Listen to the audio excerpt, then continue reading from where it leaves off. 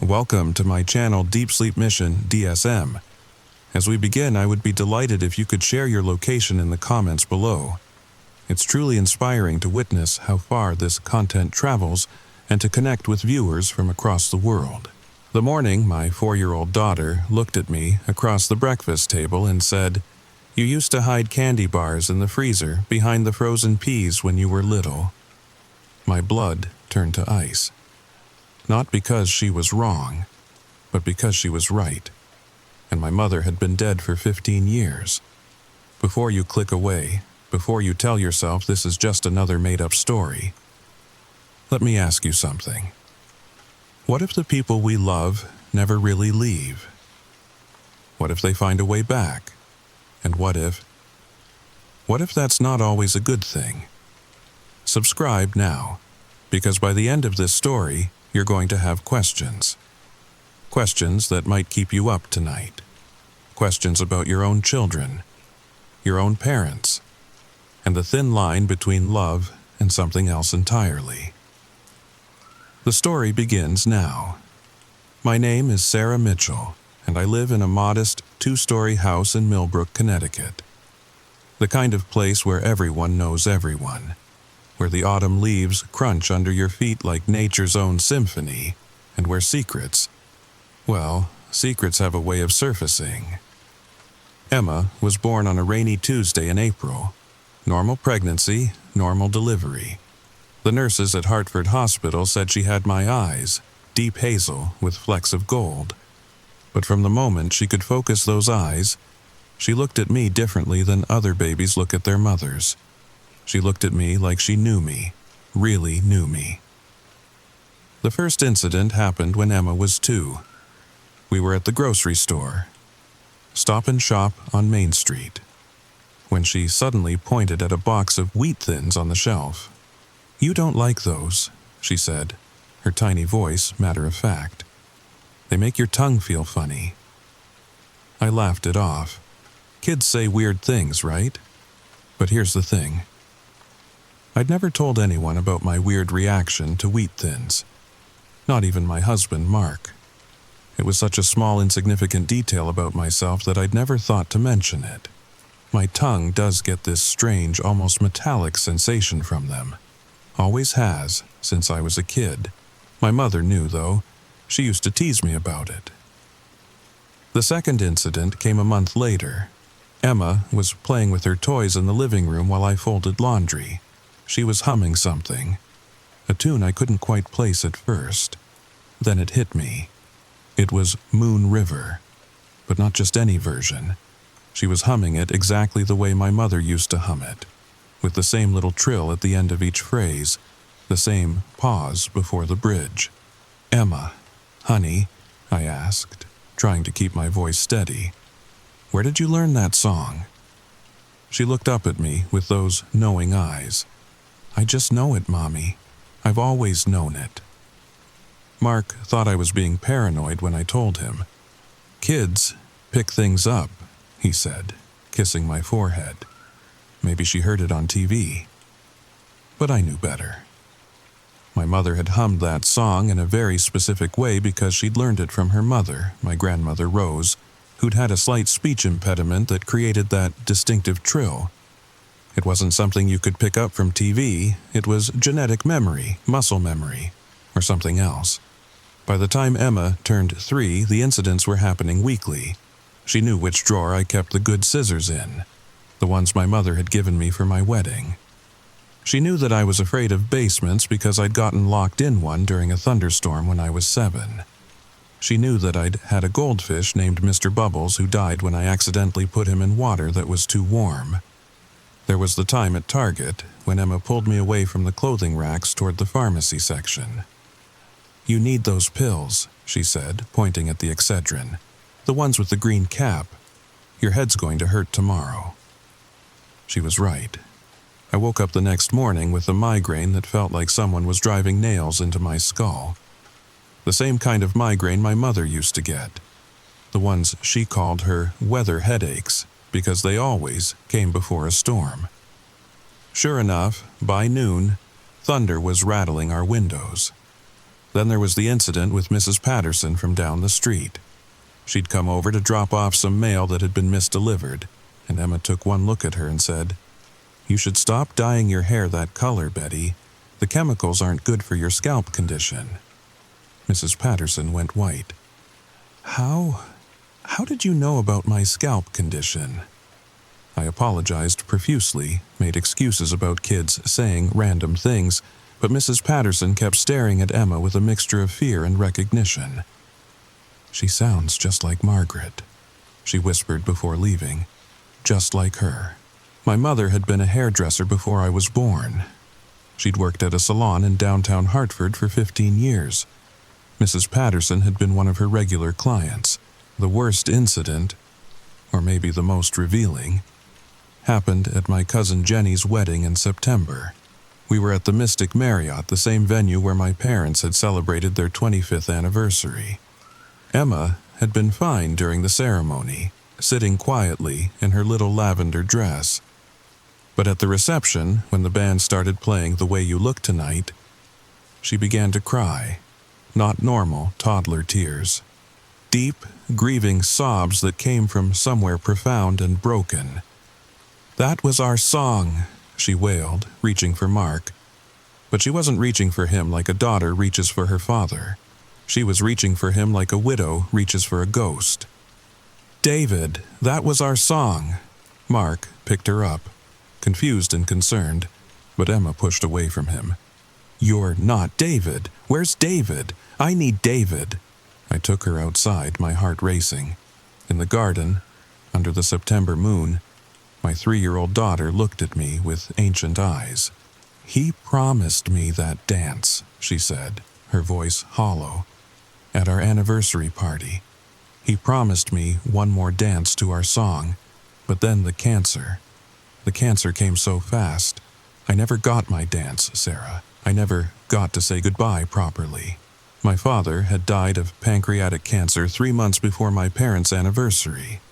It had taken him in 6 weeks, barely enough time to process what was happening, let alone say proper goodbyes. But it was the candy bar comment that morning over breakfast that changed everything. "How do you know about the candy bars, Emma?" I asked, my hands trembling as I set down my coffee mug. She tilted her head, confused by my reaction. "I put them there for you, silly. Behind the peas because you didn't like peas, so I knew you'd never look there and find them." My chest tightened. "Emma, I was the one who hid candy bars there when I was little." "No, Mommy." She shook her head, her dark curls bouncing. "I put them there for you. 3 Musketeers bars, your favorite. Every Friday after grocery shopping." The room spun. 3 Musketeers bars. Every Friday. After grocery shopping at the old Waldbaums that had closed down in 995. My mother's routine, down to the last detail. "Emma," I whispered, Who do you think you are?" She looked at me with those hazel eyes, my mother's eyes, and smiled. "I'm Emma, but I was Margaret first. Margaret, my mother's name. I should have been terrified. I should have called Mark, called a psychiatrist, called someone. But instead I found myself leaning forward, desperate and aching. "Mom?" The word came out broken, hopeful, impossible. Emma's expression shifted, became older somehow, full of a sadness that no 4-year-old should possess. "Oh, sweetheart, I've been trying so hard to tell you, but this little brain, it's hard to make the words come out right sometimes." The next hour was the most surreal of my life. My 4-year-old daughter spoke with my mother's inflections, referenced things only my mother would know. The time I'd shoplifted a lipstick from CVS when I was 13 and she'd made me return it. The boy named Tommy Fredrickson who'd broken my heart in 10th grade.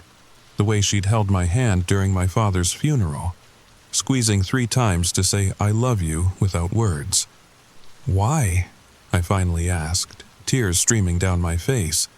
"Why are you here? How?" "Emma, Margaret, Whoever she was reached across the table with her small hand. "I don't know how, baby. I couldn't leave you, not really. When I was dying in that hospital bed, all I could think about was how I'd never see you become a mother. Never hold your children, and then I was here, inside her, with you. For 3 weeks, I lived in a strange, dual reality. During the day, when Mark was at work, Emma would have these moments of clarity where my mother would surface completely. We'd talk about things we'd never gotten to discuss, her own childhood, her regrets, her pride in me. It was beautiful and terrible all at once. She told me about the baby she'd lost before me, a boy named Samuel who'd been stillborn. I'd never known I should have had an older brother. She told me about the affair my father had in Far with his secretary, how she'd forgiven him, how they'd worked through it in counseling. She told me about her own mother's death, how Rose had whispered something in German at the end, words my mother never understood but never forgot. "Sie kommen zurück." "They come back," Emma translated, though neither my mother nor I had ever learned German. Grandma Rose knew. She knew we come back. These conversations would happen at the strangest times. While I was giving Emma a bath, she'd suddenly start talking about her honeymoon with my father in Niagara Falls. While we were grocery shopping, she'd point out brands that didn't exist anymore. "Oh, they stopped making that detergent. It was the only one that didn't make your father's skin break out." But the most unsettling part was watching Emma try to do things her little body couldn't manage. She'd reach for wine glasses on high shelves, frustrated when her arms were too short. She'd try to wear my reading glasses, insisting she needed them to see the newspaper, though Emma had perfect vision and couldn't even read yet. Once, I caught her trying to call someone on my phone, her tiny fingers struggling with numbers she was reciting from memory. "Who are you trying to call, honey?" "Dr. Morrison," she said absently. "I need to refill my blood pressure medication." Dr. Morrison had been my mother's physician. He'd retired 5 years ago. Mark was starting to notice more than just the night terrors. Emma would call him David when she was tired.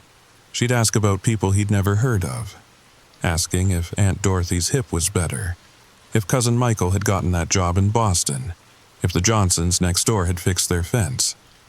The Johnsons had been my parents' neighbors in their old house, the one they'd sold when I was in college. "We need to take her to someone," Mark said one night after Emma had spent dinner describing in detail how to make a pineapple upside-down cake. My mother's signature dessert that required techniques no 4-year-old should know. "This isn't normal, Sarah." "What would we tell them?" I asked, though I knew he was right. "That our daughter has memories that aren't hers? We tell them she's confused, having identity issues. There has to be a logical explanation." But there wasn't a logical explanation. At least, not one that modern medicine would accept. I'd found stories online, carefully searched on library computers, about children who remembered past lives. But this was different. Emma wasn't remembering a stranger's life. She was channeling my mother, who she'd never met, with perfect accuracy. I started keeping a journal, documenting everything. The things Emma knew, the things she said, the moments when my mother seemed most present. It usually happened when Emma was tired or stressed, like her defenses were down, and my mother could push through more easily. One evening, I decided to test it. Emma was coloring at the kitchen table, focused and quiet. I pulled out an old photo album, one Emma had never seen, kept in a box in the attic. "Emma," I said casually, "do you know who this is?" I showed her a picture from 1962. My mother as a teenager, standing with a group of friends at what looked like a school dance. Emma's hand stopped moving. She set down her crayon slowly and pulled the album closer. Her finger traced over the faces. "That's me," she said, pointing to my mother. "And that's Louise. She married that boy from Worcester, Patricia. She became a teacher. Oh, her face lit up. And Bobby Henshaw. I wondered what happened to him. My skin crawled. You know these people? Of course I know them. We were best friends until Louise moved away junior year. Emma flipped the page without prompting. Oh my God, the sophomore car wash.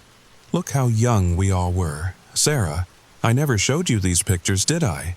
I thought I'd lost this album in the move. She was completely gone. Emma was gone, and my mother was sitting at my kitchen table, looking through her memories with my daughter's hands. Mom, I said quietly. She looked up and for a moment seemed to realize where she was, who she was supposed to be. Oh no. I did it again, didn't I? I took over again. It's happening more often. I know. I can't always control it. It's like drowning Sarah, like I'm drowning inside her mind, and sometimes I have to surface just to breathe. But when I do, she goes under. That night, I couldn't sleep. I stood in Emma's doorway, watching her chest rise and fall, wondering who was dreaming in that little bed. My daughter or my mother? Or were they becoming something else entirely? Some hybrid consciousness that was neither and both. I started researching, not on Google. That would leave a trail Mark might find. I went to the library, the old one, downtown with the musty smell and the librarian who still used the card catalog. I found books on reincarnation, on possession, on something called walk-ins, souls that enter a body after birth. Mrs. Glover, the elderly librarian, noticed my selection of books. She peered at me over her glasses, then glanced at Emma, who was sitting at the children's table, ostensibly looking at picture books but actually staring off into space with that 1,000-yard stare she'd developed. Unusual reading material, Mrs. Glover commented softly. Just research, I mumbled. She leaned closer, and I smelled peppermint and old paper. My grandson remembered things too, she whispered. Things from his grandfather. Things no one had told him. It lasted about 2 years, then faded, but... She hesitated. But Tommy was never quite the same after, like something got mixed up inside him and never fully separated. What did you do? Nothing we could do. Some things, Mrs. Mitchell, are beyond our understanding, beyond our control. We just loved him through it. She patted my hand with her papery fingers. But if it gets worse, there's a woman in New Haven, Dr. Elizabeth Crane. She studies unusual cases, off the books. I took the number she slipped me, a business card that looked older than Emma, yellowed at the edges, but nothing quite fit. Emma had been born Emma. She'd been a normal baby, had developed normally. It was only as her brain developed enough for complex thought and speech that my mother had started bleeding through. The turning point came on a Thursday afternoon in October. The leaves were falling outside, carpeting our yard in gold and crimson. Emma was coloring at the kitchen table when she suddenly looked up at me. "Sarah," she said, and my blood chilled. She'd never called me by my first name before. "Sarah, I need to tell you something about the night I died." I sat down slowly, my legs shaky. "Okay, Mom, tell me." "I didn't just think about not seeing you as a mother. I made a deal." "A deal? With who?" Emma's eyes were wide, frightened. "I don't know. Something in the darkness. Between here and wherever I was supposed to go. It said I could stay, could watch over you, be with you. I just had to share." "Share what?" "Her." Emma pointed at herself. "Share her. But Sarah, I don't think it told me the truth. I don't think I'm sharing. I think I'm taking over." The crayon in her hand snapped in half. "And there's something else," she continued. her voice dropping to barely a whisper. Sometimes, in the dark parts of Emma's mind, I see others. Others? Other souls. Waiting. They made deals too. They're waiting for their vessels to be ready. She grabbed my hand with both of hers, her grip surprisingly strong. Sarah, what if this is happening everywhere? What if children all over are being inhabited? That night, I called Dr. Crane. Her voice was raspy, tired, like someone who'd heard too many impossible stories. "Bring her tomorrow," she said, after I'd stammered through an explanation. "Early, before the veil gets thin. Halloween is problematic for these cases." But that night I watched Emma sleep and saw my mother's expressions flickering across her face. The way she pursed her lips when concentrating, the slight furrow between her brows. My daughter was disappearing, being overwritten like data on a hard drive. I found myself in an impossible position. I could have my mother back, but I would lose my daughter. Or I could save my daughter, but I would have to let my mother go. Again. The next morning, Friday, October 30th, I told Mark I was taking Emma to visit my aunt in Boston. He kissed us both goodbye, distracted by a work call, not noticing the way Emma clung to him a moment too long, or the way she whispered, "Take care of yourself, David," into his shoulder. Dr. Crane's office wasn't really an office. It was a Victorian house in East Rock, New Haven, squeezed between modern apartments like a tooth refusing to be pulled. The inside smelled of sage and something else, something medicinal and old. Dr. Crane herself was younger than I'd expected, maybe 40, with silver-streaked hair pulled into a severe bun and eyes that seemed to see too much. "This is Emma," I said, unnecessarily. Dr. Crane didn't look at me. She was staring at Emma, who stared back with that unsettling dual consciousness I'd grown used to. "No," Dr. Crane said softly. "This is Margaret. Hello, Margaret." Emma's posture changed, relaxed. "You can see me. I can see you both. The question is, can you separate without destroying the child?" She led us to a room that looked more like a grandmother's parlor than a doctor's office. Old furniture, older books, and photographs of children covering every wall. Hundreds of them, spanning decades. "All of them?" I asked, my voice barely working. "All possessed, yes, or inhabited, if you prefer. It's more common than you'd think. The dead are desperate, Mrs. Mitchell. And children. Children are open doors." She had Emma sit in a large wingback chair that swallowed her small frame. Then she pulled out something I didn't expect. A vintage tape recorder, the kind with the large reels. "What I'm about to play," she said, "was recorded in 1978. A mother's voice calling her daughter home. It's worked before to encourage separation." She pressed play. A woman's voice filled the room, singing a lullaby I didn't recognize. The words were simple, repetitive, hypnotic. Emma's eyes began to flutter, and then something extraordinary happened. I saw them both. Like a double exposure in an old photograph, I could see Emma and my mother occupying the same space, the same small body.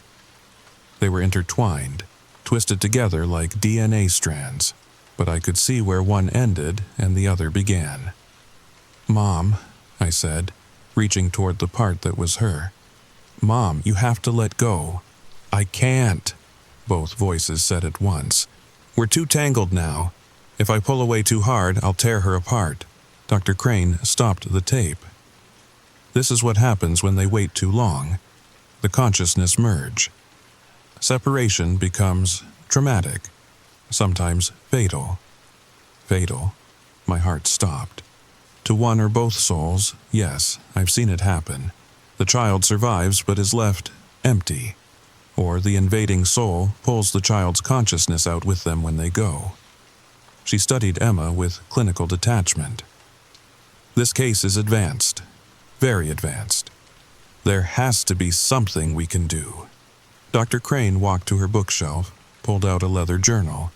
There is one thing, but it requires sacrifice, real sacrifice. She opened the journal to a page covered in handwritten notes and what looked like a child's drawing. A figure split in two, connected by a golden thread. Tomorrow night, Halloween, when the veil is thinnest, you can perform an exchange. But someone has to take Margaret's place in the between space, the place where she made her deal. Someone has to go into the darkness so she can fully leave. I understood immediately. Me, I'll do it. Sarah, no. Emma, my mother, both of them protested at once. It's not permanent, Dr. Crane continued. The between space isn't death, it's waiting. But the wait could be long, years, decades, until another door opens. What kind of door? She gestured to the photos on the walls. Another child, another birth in your family line. The soul in the between space gets first claim. I looked at Emma, saw my daughter's innocence being slowly consumed by my mother's lifetime of memories, saw the confusion and fear in both sets of consciousness. We'll find another way, I said. There has to be another way. Dr. Crane closed the journal. If you find one, let me know. I've been looking for 40 years. The drive home was silent except for Emma occasionally mumbling to herself, or themselves. I could hear both voices now, discussing, arguing, comforting each other. They'd become friends, in a way, but they both knew it couldn't continue. That evening, while Mark watched the news, Emma and I sat in her room. She was arranging her stuffed animals in a circle, placing them with deliberate care. "What are you doing, sweetheart?" "Getting ready," she said. "Grandma Margaret says we need witnesses, even if they're just toys. Someone needs to watch so it becomes real." She placed her favorite bear, Mr. Buttons, in the center. "He'll hold our place," she explained, "so neither of us gets lost." "Emma, Mom, I went to see someone today. She said, we know what she said." Emma turned to me, and in her face I saw them both so clearly it took my breath away. "We heard it all, and we have a better idea." "What idea?" Emma took my hands. Her skin was fever warm. "Tomorrow night, we don't exchange. We don't sacrifice. We just choose. You choose Emma, I choose to go, and Emma chooses to stay. 3 choices, all in agreement. The thing in the darkness, it can't fight all 3 of us." "But Mom," Dr. Crane said, "Dr. Crane doesn't know about love, sweetheart. She knows about souls and consciousness and exchanges, but she doesn't know about the kind of love that brought me back in the first place, the kind that's stronger than deals made in the dark." That night, I barely slept. I could hear Emma talking in her room, 2 voices holding a conversation no 4-year-old should be having. They were saying goodbye to each other, sharing final stories, making promises. Halloween came gray and drizzly. The morning was surreal in its normalcy. Mark made pancakes shaped like pumpkins. Emma ate them while discussing both her excitement about trick-or-treating and her memories of taking me trick-or-treating 30 years ago. Mark just shook his head, attributing it to an overactive imagination. The day crawled by. Every hour, Emma seemed to flicker more between herself and my mother. By afternoon, she was exhausted. Dark circles under her eyes, her small body trembling with the effort of containing 2 souls. "It's getting harder," she told me while Mark was in the shower. "We're starting to merge, really merge. By tomorrow, there might not be 2 of us anymore, just something new, something neither Emma nor Margaret." The thought terrified me more than losing either of them. Mark took Emma trick-or-treating early. She was dressed as a little witch, which felt ironically appropriate. As they walked door to door, I saw neighbors double-take at her voice, at her mannerisms, at the way she commented on their home renovations she shouldn't have known about. "Your rose bushes came back beautifully, Mrs. Chen," Emma said at one house. I told you that fertilizer would work." Mrs. Chen went pale. She'd had that conversation with my mother 5 years ago. When they returned, Emma's bag full of candy, I knew it was time. Mark went to hand out candy to the late trick-or-treaters. Emma and I went to her room. She sat on her bed, looking so small among her stuffed animals. "How do we do this?" I asked. "You have to say goodbye," Emma said. "Really say it, and mean it. You have to let her go." I knelt beside the bed, taking her hands. "Mom, if you can hear me, thank you. Thank you for loving me enough to find a way back. Thank you for these last few months. But Emma needs her life. She needs to be herself." Emma's eyes flickered, and for a moment, they were fully my mother's. "I love you, Sarah. I'm so proud of the mother you've become. Take care of our girl." "I will. I love you, Mom. Goodbye." Emma's body shuddered. Her eyes rolled back. For one terrifying moment, I thought I'd lost them both. Then she blinked, looked at me, and I saw only Emma. My Emma. But there was something else in her eyes, too. A depth that hadn't been there before, a knowing, as if some part of my mother had chosen to stay, not as a possessing force, but as a gentle whisper of wisdom, a faint echo of love.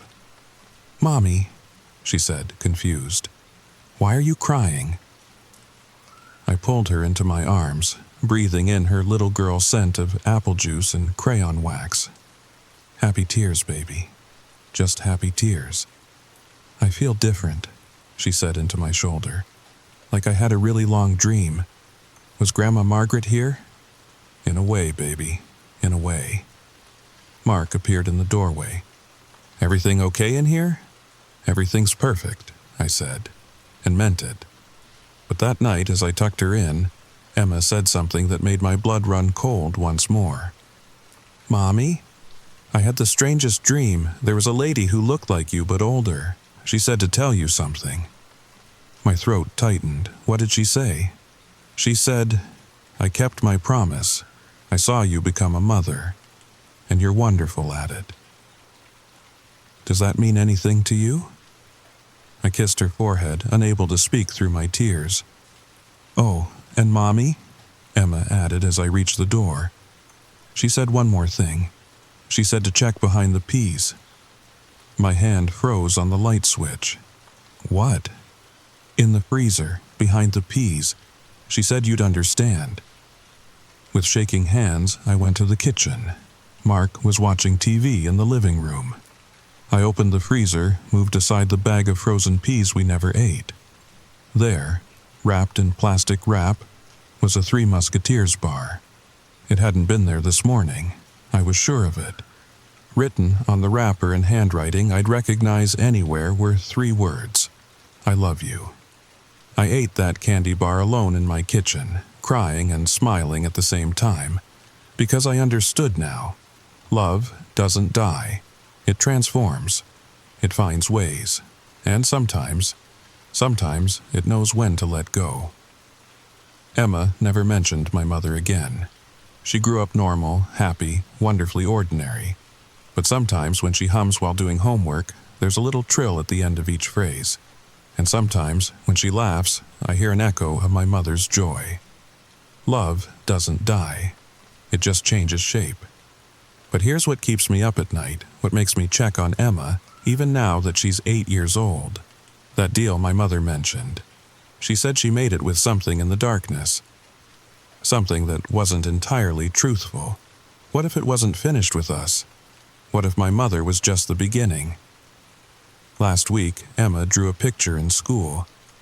It was our family, me, Mark, her, and our new baby, Timothy, who's just 6 months old. But there was a 5th figure in the drawing, standing behind Timothy's high chair. A tall, thin shadow with long fingers. When I asked her about it, Emma just shrugged. "That's Timothy's friend. He says he's waiting for the right time." "The right time for what?" I asked, my mouth dry. Emma looked at me with those innocent eyes. to wake up. I watch Timothy more carefully now. I watch for signs, for knowledge he shouldn't have, for memories that aren't his, because love doesn't die. But sometimes, neither does something else. Something that makes deals in the darkness. Something that's still waiting, still watching. And if you have young children, children who sometimes know things they shouldn't, who sometimes speak with voices that aren't quite their own, maybe you should watch too. Maybe you should check behind your frozen peas tonight. Sweet dreams. If this story gave you chills, hit subscribe right now. Comment below if your child has ever said something that made your blood run cold. Share this with someone who loves a good scare, but maybe not with new parents. Some truths are better discovered slowly, and remember, the next time your child looks at you with eyes that seem too old, too knowing, ask yourself, who's really looking back? Story number 2. The last thing my grandfather said before the cancer took him was this: "Stay away from the still water, Tommy. 8 miles out from the steel pier, where the ocean forgets how to move." His eyes, clouded with morphine and something else, something older. They locked onto mine with a clarity that made the nurses step back. "Promise me." I promised. I lied. And if you're listening to this, if you found this recording on my phone, then you need to know what I discovered out there. Because the thing about promises to dying men is, sometimes they're not meant to protect you from the ocean. Sometimes they're meant to protect the ocean from you.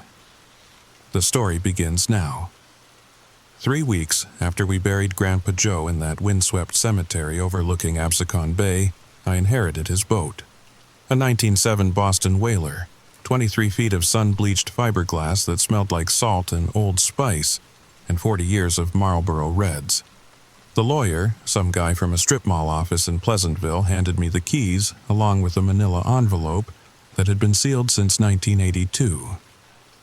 "Your grandfather was very specific," he said, sliding his glasses up his nose.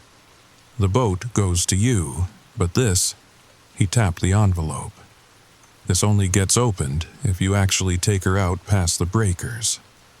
I almost laughed. Grandpa Joe had been taking me fishing since I could hold a rod. Of course I was going to take her out. The envelope felt heavier than paper should. I stuffed it in my jacket pocket and drove to Gardner's Basin where the whaler sat in slip 17, just like she had for decades.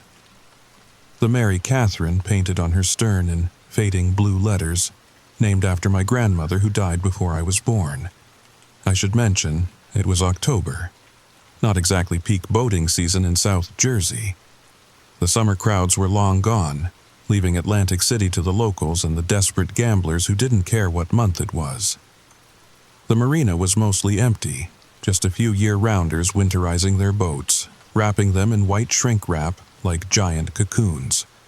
But the weather that day, October 18th, it was perfect. 72 degrees, not a cloud in the sky, and the ocean was calm. Unusually calm. The kind of calm that makes old-timers nervous, though I didn't know that yet. I fired up the Mercury outboard. She started on the first try, purring like she'd been waiting for me, and headed out through the inlet. The envelope in my pocket seemed to grow warmer as I passed the rock jetty, but I figured that was just my imagination. The ocean opened up before me, that deep Atlantic blue that goes on forever. I could see the casinos behind me, Borgata and Ocean Resort standing like glass and steel monuments to bad decisions. Ahead, nothing but water and sky, and the occasional sport fisher heading for the canyons. 5 miles out, I stopped and opened the envelope. Inside was a chart, not a normal nautical chart. This was hand-drawn on what looked like parchment, though it was probably just old paper. Grandpa Joe's careful printing marked various spots off the coast. Good fluke here. Mako spot, July only. Normal fishing stuff. Except for one marking exactly 8 miles out from the steel pier, right at the edge of the shipping channel. a perfect circle drawn in red ink, and inside it 2 words, "Never here." Underneath the chart was a photograph, black and white, creased down the middle.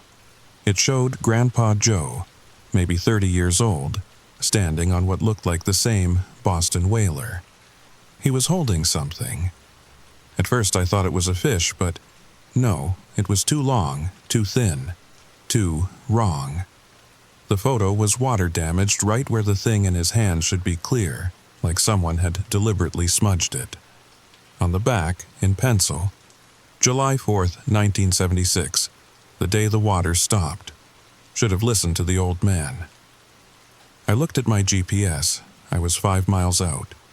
The circle on the chart was 3 miles further. The rational part of my brain, the part that worked as an accountant in Cherry Hill, that paid taxes and changed my oil every 3,000 miles. That part said to turn around, go home, sell the boat. But there was another part, the part that remembered being 8 years old, listening to Grandpa Joe's stories about the water, how he'd sometimes stop mid-sentence, stare out at the horizon and mutter something about the place where God forgot to stir. I pushed the throttle forward. 6 miles out, the water started to change. Not dramatically. You wouldn't notice unless you were looking for it. The swells, those long Atlantic rollers that never stop, not even on the calmest days. They began to flatten. 7 miles out, my wake stopped spreading properly. It should fan out behind a boat in a V pattern, dispersing energy across the water's surface. But mine just died, like the ocean was absorbing it, eating it before it could spread. 7.5 miles, and the engine started to sound different. Not wrong exactly, just muffled, like someone had thrown a blanket over the outboard. I checked it twice. Everything was running perfectly. At 7.8 miles, I saw the other boats. 3 of them, different sizes, different ages, all anchored in a rough line just before what I can only describe as a wall of nothing. The ocean ahead, for about a square mile, was perfectly still. Not calm. Still, like glass, like a photograph, like water that had forgotten it was supposed to move. The closest boat, a little grady white, maybe 18 feet, had a guy about my age standing at the stern. He was holding a fishing rod, but he wasn't fishing. He was just staring at the still water.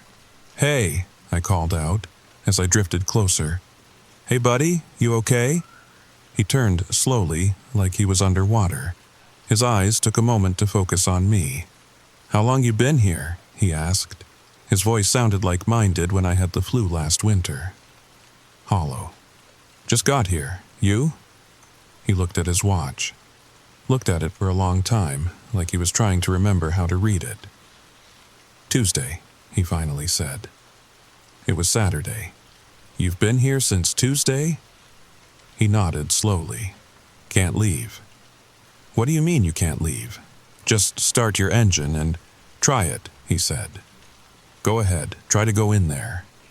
He pointed at the still water. "Or try to leave, see what happens." I looked at the other boats. On the second one, a bigger center console, 2 older men sat in deck chairs facing the still water. They weren't talking, weren't moving, just sitting. The third boat, furthest away, looked empty. "What is this place?" I asked. The guy laughed. Not a happy sound. "This is where they dump them." "Dump what?"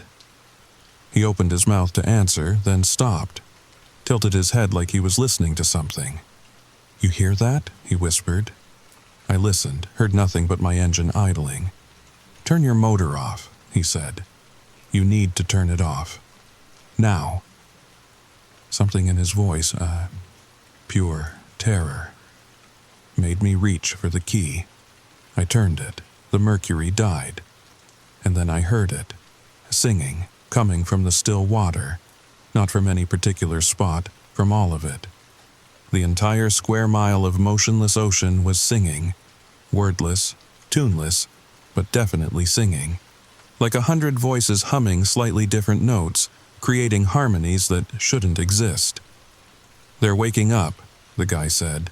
"They always wake up around sunset." I looked west. The sun was maybe an hour from the horizon, painting the sky orange and pink. Beautiful, if you weren't terrified. "Who's waking up?" He didn't answer.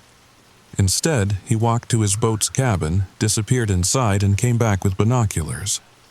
Good ones, Steiner's, the kind sport fishermen use to spot birds working over bait. "Look at the water," he said, handing them to me. "Really look at it." I raised the binoculars, focused on the still water. At first, nothing. Just that impossible flatness. Then, movement. Not on the surface. Under it, shadows, shapes, things that weren't quite fish, weren't quite anything I could name. They moved in patterns, like they were dancing, or writing, or... "Jesus Christ," I breathed. "Wrong deity," the guy said. "These things are older than that." I lowered the binoculars. My hands were shaking. "What are they?" "Nobody knows. Coast Guard won't come out here. Fish and Wildlife says it's not their jurisdiction. My buddy called the Navy. They said it's classified." "How do you know all this?" He smiled, sad and bitter. "Because I've been here since Tuesday, remember? You got a lot of time to make phone calls when you can't leave." "What do you mean you can't leave?" Instead of answering, he started his engine, put it in reverse. The boat moved backward maybe 10 feet, then stopped. Not like it hit something. Like the water itself got thick, viscous, holding him in place. "Try to go forward, into the still water, and it's worse," he said. "Your engine will die. Your electronics will fail. And if you're really stupid and try to paddle in..." He pointed at the empty boat. "That was the Daniels brothers. They tried to paddle in on Thursday." "Where are they?" "Where do you think?" The singing grew louder. The sun touched the horizon, and the still water began to glow. It started as a faint phosphorescence, like the bioluminescent plankton you sometimes see in the summer. But this was October, and this was different. The light came from deep, rising up through the water in slow pulses, like a heartbeat. "First time seeing it?" the guy asked. His name was Mike, I learned. Mike from Ventnor, divorced, 2 kids he saw every other weekend, owned a plumbing business. Normal guy until he decided to go fishing in the wrong spot. "Yeah," I managed. "It gets worse." The 2 old men in the second boat had stood up. They were throwing something into the still water. It looked like bread. "They're feeding them," Mike explained. "Think it'll make them let us go. It won't." Feeding them what? Anything, everything. They threw their entire cooler of bait in yesterday. Then their lunch. Then, he paused. Then, one of them threw his wedding ring in. Said his wife died last year anyway. The glow intensified. The water, still perfectly flat, began to turn, not with current or wind, but rotating slowly, like a massive dinner plate spinning on a table. The things underneath became clearer. They had faces. Not human faces, but arranged like faces. Eyes where eyes should be.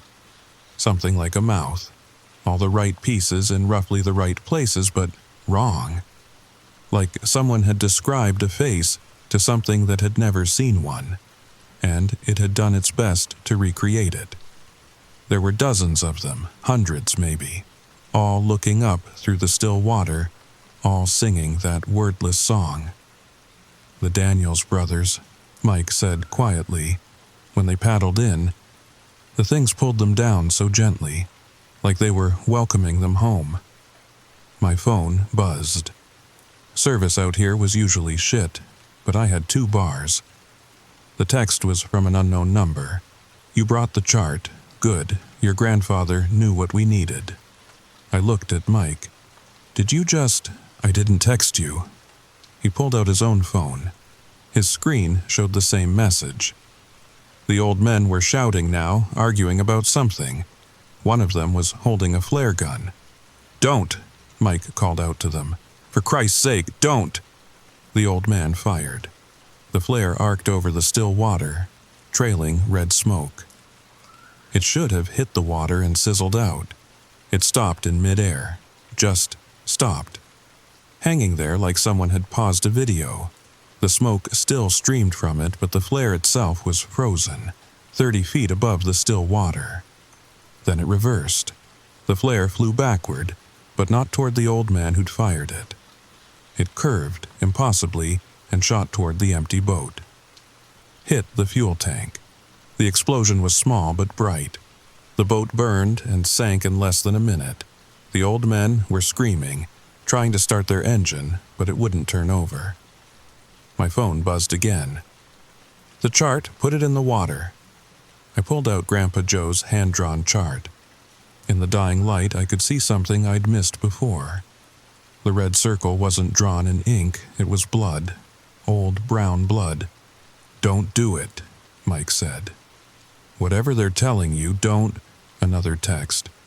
"Your grandfather took something. July 4th, 1976. We need it back." I thought about the photograph. Grandpa Joe holding that long, wrong thing. "He took one of them," I said, understanding flooding through me like ice water. "He pulled one of them out." Mike stared at me. "What?" 47 years ago, my grandfather. He caught one of these things, brought it back. "That's impossible. Nobody could—" "He did, and now they want it back." The singing changed, became more urgent, angry. The faces under the water turned toward my boat. All of them. Their not-quite-right features focused on me. My phone rang. Unknown number. I answered. The voice on the other end wasn't human. It was trying to be, but it was like those faces, all the right pieces, not quite right arrangement. "Tommy," it said, and hearing my name in that voice made my skin crawl. "Your grandfather was a thief." "What did he take?" "Our princess, our youngest.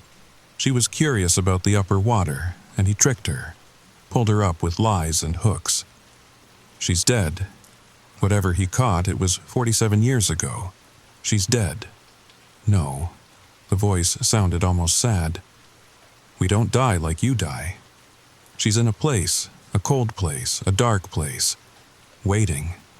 I don't know where. The chart knows. Your blood knows, your grandfather's blood. On the chart.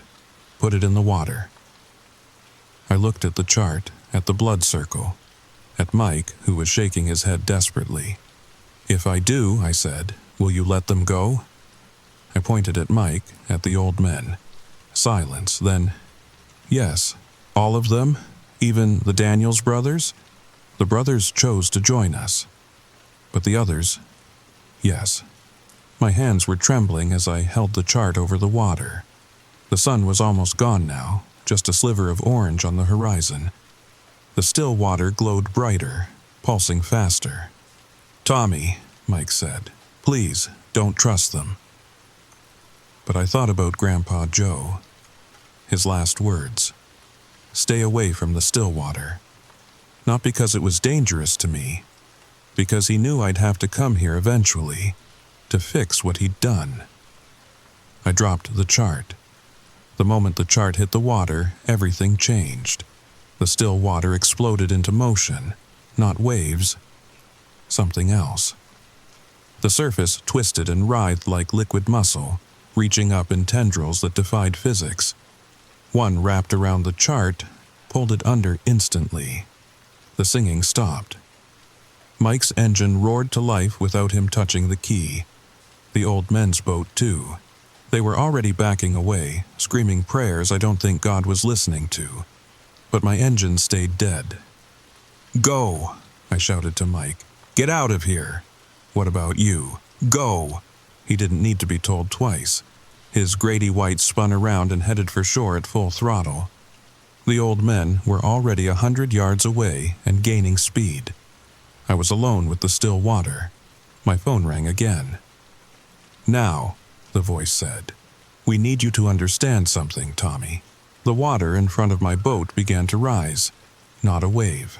a column of water rising straight up, defying gravity. Inside it, I could see one of them clearly for the first time. She was beautiful, in the way a shark is beautiful. Deadly and perfect and utterly alien.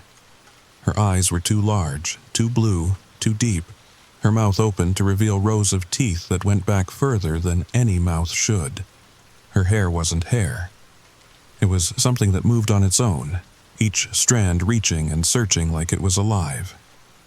"Your grandfather," she said, and now the voice was coming from her, not my phone. "Trapped our princess in formaldehyde. Kept her in a jar in his basement for 47 years. I remembered Grandpa Joe's basement, remembered being told never to go down there, remembered the lock on the door. "She's still alive?" I asked. "We don't die like you die," she repeated. "She's been screaming for 47 years. We've heard every second of it. I don't know where she is. The house was sold. His stuff was..." "Storage unit," she said. "Mays Landing, Unit 47. The key is in your grandfather's boat, under the forward hatch taped to the hull." I scrambled forward, pulled open the hatch. There it was. A small key taped exactly where she'd said. "Bring her back," the creature said. "Bring her home, and this ends." How do I transport something like that? The same way your grandfather did. In water, salt water. She'll survive the journey if you're quick. The column of water began to lower, the creature sinking back down. "You have 3 days," she said as she disappeared. 3 days, or we come up. All of us. And we won't stop at the still water." The glow faded.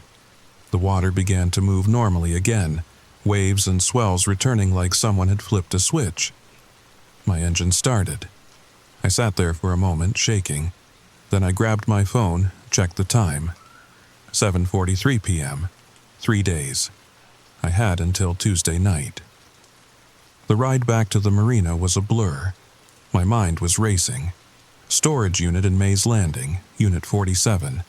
How was I going to explain this? How was I going to... My phone rang. Mom. "Tommy, are you okay? I've been trying to call." "I'm fine, Mom. Just took Grandpa's boat out."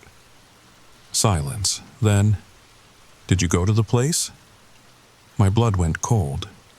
"What place? Don't play dumb. The place he always warned us about, 8 miles out." "You knew?" She sighed. "Tommy, why do you think I never wanted you going out with him alone? Why do you think we moved to Colorado when you were 10? Mom, what did Grandpa do?" Another long silence. "He saved my life," she finally said. "When I was 7, I fell off the dock at Gardner's Basin, couldn't swim, should have drowned, but something pushed me back up, held me until your grandfather could pull me out." "One of them saved you?" "Yes, and your grandfather, he thought he owed them something, so when they asked for something in return, he gave them the princess." "No, Tommy, he was supposed to give them me. Instead, he tricked them, took her and ran. We've been running ever since." I thought about our constant moves when I was a kid. Different states, different coasts, never near the ocean for long. "Mom, I have to give her back." "I know," she whispered. "I always knew this day would come. The storage unit, there's something else there, something you need to see." "What?" "Your grandfather's journal, from 1976. It explains everything. Tommy, be careful. They're not evil, but they're not good either. They're just old and hungry and patient." The marina lights were visible now. I could see my car in the parking lot alone under the yellow streetlight. 3 days, I said. "Then you better hurry," Mom said. "And Tommy, don't open the jar. Whatever you do, don't open it." The storage unit in Mays Landing was in one of those places that looks abandoned even when it's not. You know the type, chain link fence, rust stains on everything. The kind of business that definitely takes cash only. Unit 47 was in the back corner. The lock was new. Grandpa must have paid someone to keep replacing it. Inside, the unit was mostly empty. Some old furniture, boxes of Christmas decorations, a stack of fishing magazines from the 80s, and in the back, covered by a tarp, an old freezer. It was running. Someone had been paying the electric bill on this unit for 47 years. I opened it. The jar was bigger than I expected. Maybe 3 feet tall, thick glass like an old specimen container. The liquid inside was murky, but I could see something floating in it. Something that looked like seaweed until it moved. She was small, maybe the size of a child, but proportioned wrong. Too long in places, too short in others. Her face was pressed against the glass, eyes closed, mouth open in what might have been a scream, or might have been something else. Next to the jar was a cardboard box, inside Grandpa Joe's journal, wrapped in plastic. I sat on the cold concrete floor and read. July 4th, 1976. They came up during the fireworks. Nobody else saw them. Everyone was looking at the sky, but I was looking at the water, and I saw her. She was watching the lights, reaching up like she wanted to touch them. Beautiful and terrible. When she saw me watching, she laughed. Sound like breaking glass. July 5th, 1976. She came back. Alone this time. Spoke to me. Her English was wrong but understandable. Said her name was something I couldn't pronounce. Asked about the lights in the sky. I told her about fireworks, about celebration. She said her people had celebrations too, deep down where the water gets heavy. July 8th, 1976. Been meeting her every night. She tells me about the deep places, cities made of bone and coral, things older than continents. She's young for her kind, only 300 years old. She likes the way the moon looks from below. July 15th, 1976. They know about Mary, about her fall from the dock. One of them saved her, the princess's mother. She says I owe them a debt. Says Mary belongs to the deep now. I told her no. She didn't understand. They don't understand, no. July 20th, 1976. They gave me a choice. Mary, or something else of equal value. The princess offered herself. Said she wanted to see the upper world just for a while. Wanted to understand us. Lying. They were all lying. They wanted Mary. But the princess, she was curious. Too curious. July 22nd, 1976. I tricked her. Told her about aquariums, about how we keep sea creatures to study them. She laughed, said she'd like to see one. I had the jar ready. The moment she surfaced, I pushed her in. The formaldehyde. God, the sound she made. July 23rd, 1976. They know. The water for miles around is dead. Fish floating everywhere. They're calling for her, but the formaldehyde, it cuts her off from them. She's alive, but unreachable. I'm leaving tonight, taking Mary and Beth and running. They can't leave the water. We'll be safe inland. The last entry was from a week ago. Grandpa Joe's shaking handwriting. Dying. Finally dying. Tommy will have to fix this. He's the only one who can... My blood, Mary's blood, the princess's savior's blood, all in him. They'll listen to him, maybe forgive. Probably not. But he has to try. The still water is spreading. Every year, a little bigger. They're looking for her. They'll never stop looking. I closed the journal, looked at the jar. The princess's eyes were open now, staring at me through the murky liquid. She blinked, slowly, deliberately. My phone buzzed. That unknown number again. 2 days left, Tommy. We can feel her. She's close. I texted back. Tomorrow night, same spot. Alone. alone. I loaded the jar into my truck, careful not to jostle it. She was still watching me. Her mouth moved, forming words I couldn't understand. Maybe cursing me, maybe begging, maybe both. The drive back to Atlantic City took forever. Every bump in the road made me wince, sure the jar would break. But it held. 47 years in a storage unit, it could handle a few potholes. I kept her in my apartment that night. Couldn't risk leaving her in the truck. Put her in the bathtub, surrounded by towels in case the jar broke. Sat in a chair outside the bathroom door. Around 3 a.m. I heard singing. Soft, muffled by glass and formaldehyde, but definitely singing. The same wordless tune I'd heard from the still water. She was calling to them, or they were calling to her. Either way, tomorrow night it would end. The next evening, I loaded the jar onto Grandpa Joe's boat. The marina was empty.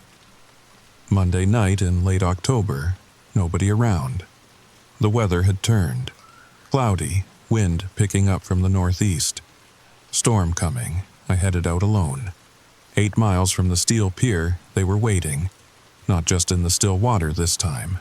Surrounding it. Hundreds of them, maybe thousands, their heads just breaking the surface, eyes reflecting my boat's lights like an ocean of stars.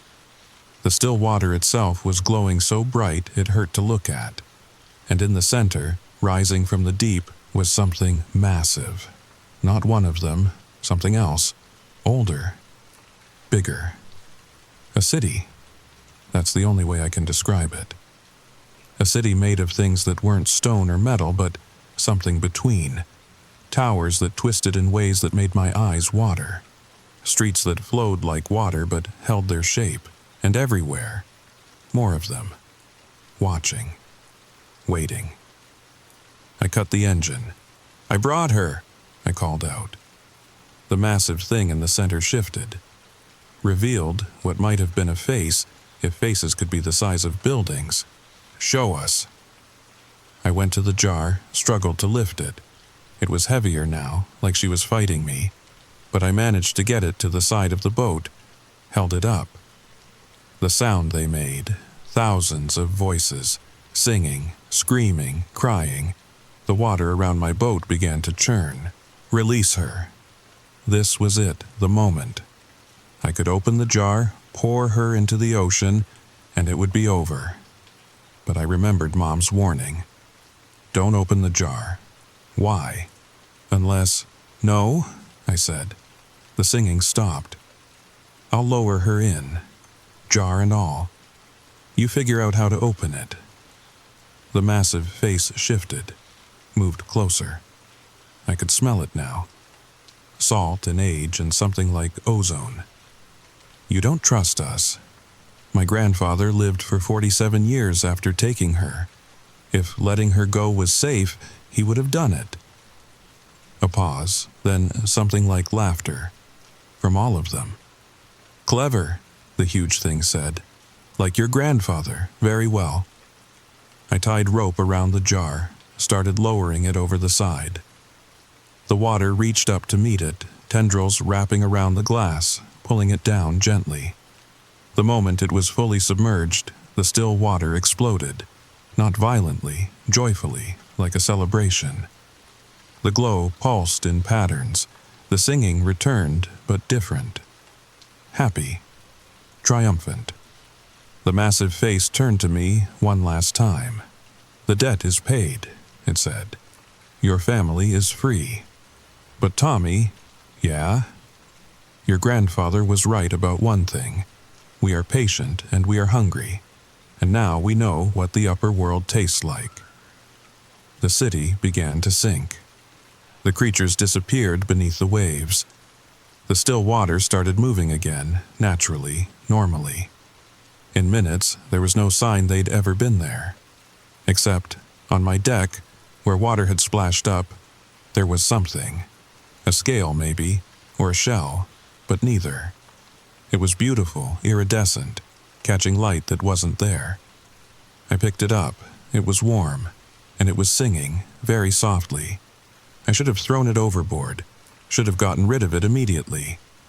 I put it in my pocket. That was 3 months ago. The scale is still singing, louder now.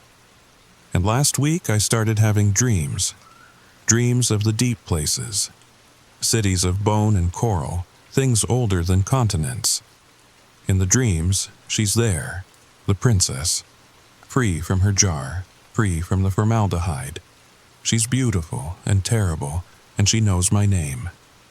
"Thank you, Tommy," she says, "for bringing me home. Let me show you mine."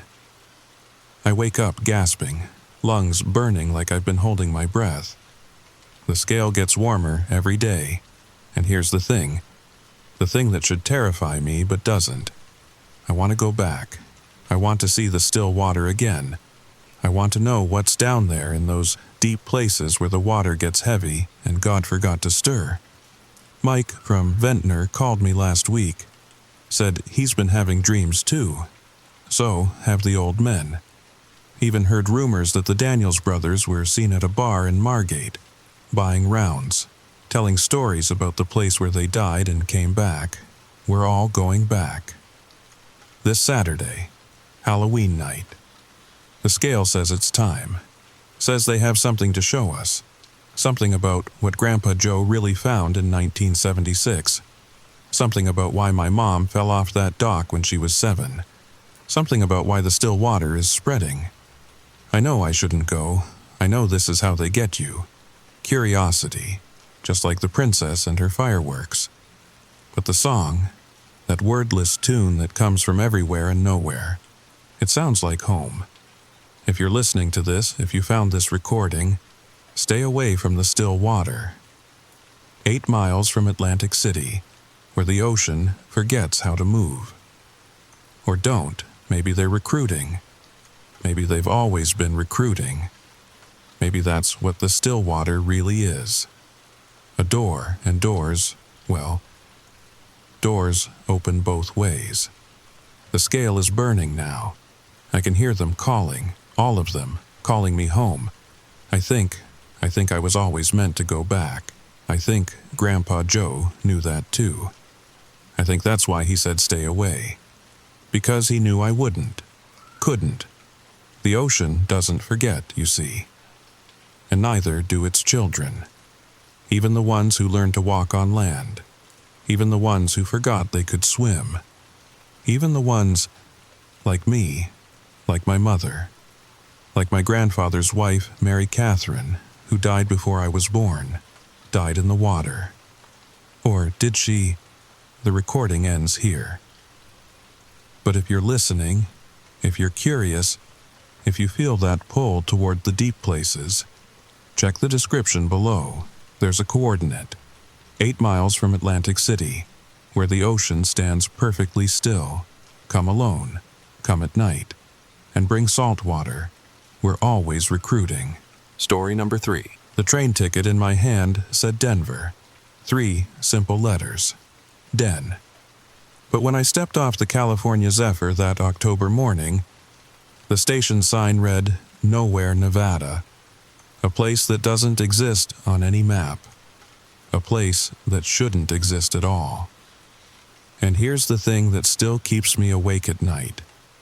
When I tried to show the conductor my ticket, it was blank. Completely blank. Like I'd never had a destination at all. If you're listening to this in bed right now, maybe check your nightstand. See if you have any old train tickets lying around. Because if you do, and if one of them mentions Berth 7, you might want to keep listening. You might need to know what I learned that night. The story begins now. My grandmother always said the California Zephyr was the most beautiful train ride in America. Chicago to San Francisco. 51 hours of pure scenery through the Rockies and the Sierra Nevada. She'd taken it back in '73 with my grandfather, their 25th anniversary trip.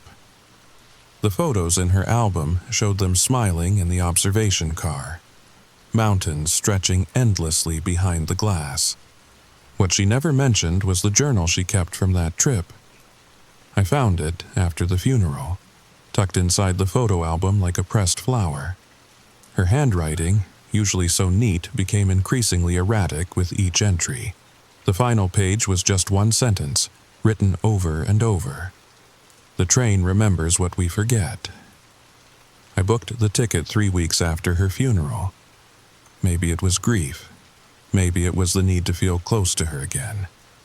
But something pulled me to that Amtrak website at 2 a.m. on a Tuesday. Credit card already in hand. The roomettes were sold out. The family bedrooms too expensive. But there was one option available. Berth 7 in the economy sleeper car. The price was oddly specific, $247.13. Not $200, not $250, but $247.13. I should have questioned it. Who prices anything at 13 cents?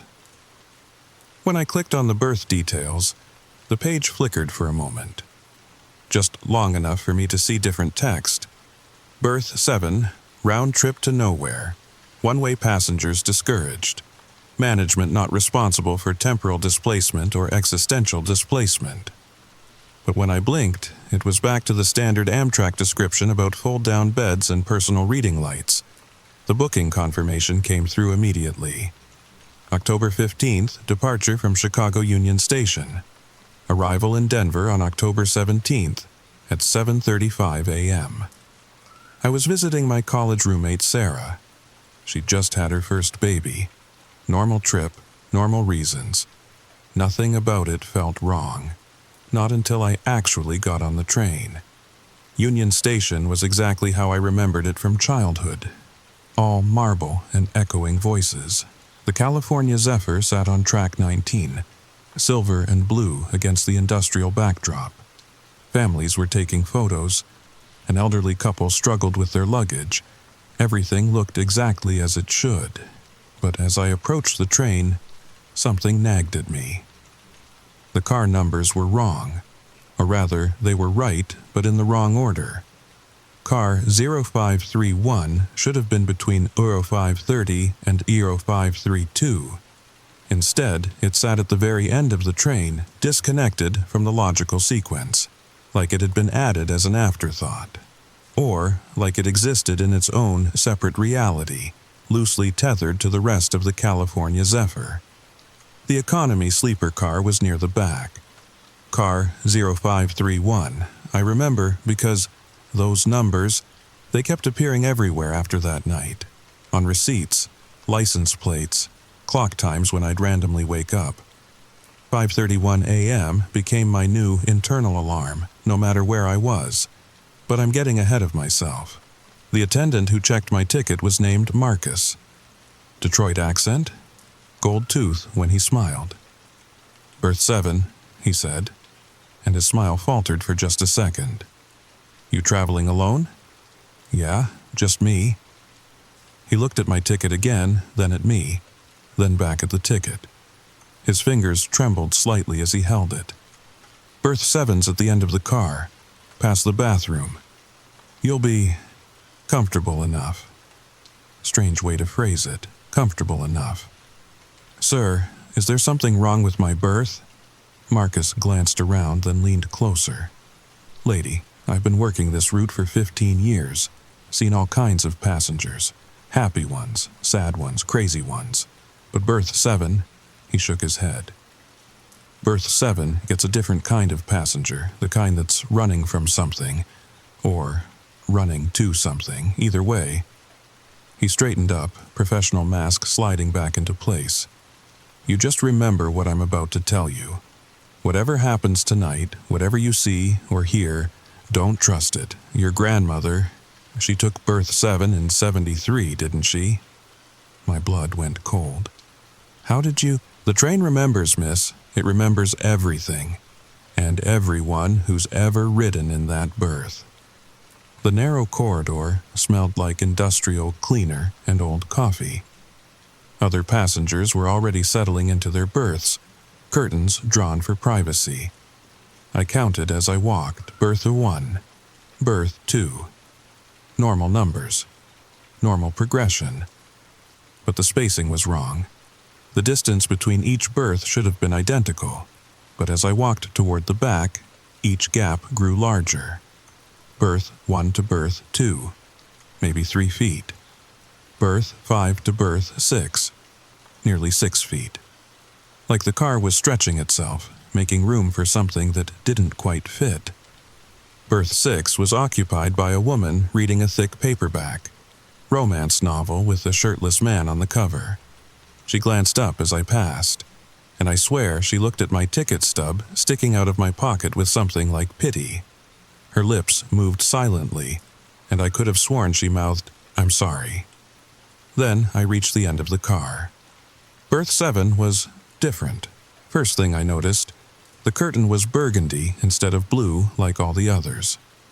Deeper color, older fabric, like it belonged to a different era of the train entirely.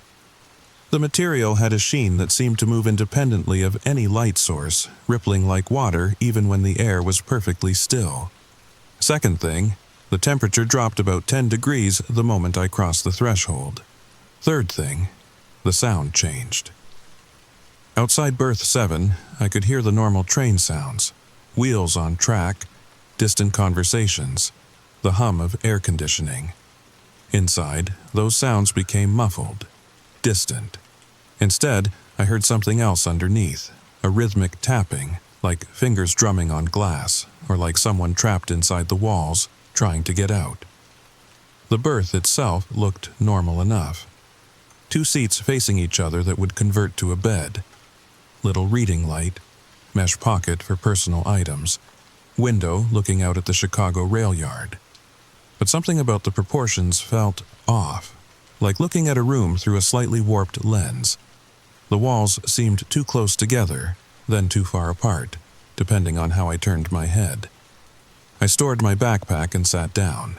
The seat was surprisingly comfortable, almost too comfortable, like it was molding itself to my body.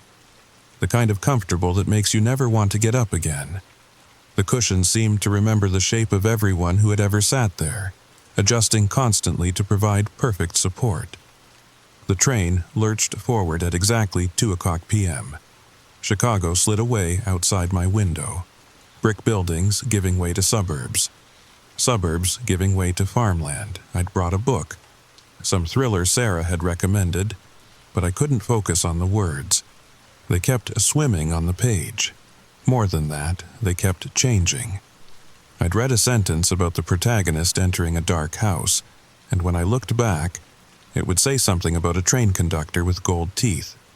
I'd flip to a random page, and every paragraph would start with, "The train remembers." After the 4th time this happened, I put the book away. Around 4 p.m., Marcus knocked on my berth frame. "Dinner reservations?" "Sure. What time?" 5:30, 6:30, or 7:30. I almost said 7:30, but something made me reconsider. 6:30 works. He wrote something in his notepad. "Dining cars 3 cars forward, don't be late." He paused. "And ma'am, make sure you're back in your berth by 9 p.m. "Why?" But he was already moving down the corridor. As he walked away, I could hear him muttering under his breath, "Another one. Another goddamn one. Why do they always book berth 7? The dining car was exactly 3 cars forward, just like he said.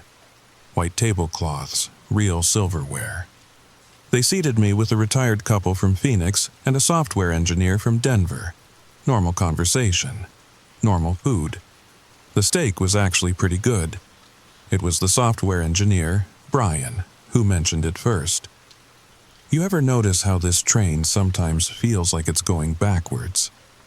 The Phoenix woman laughed. "It's the curves, plays tricks on your inner ear." "No," Brian insisted.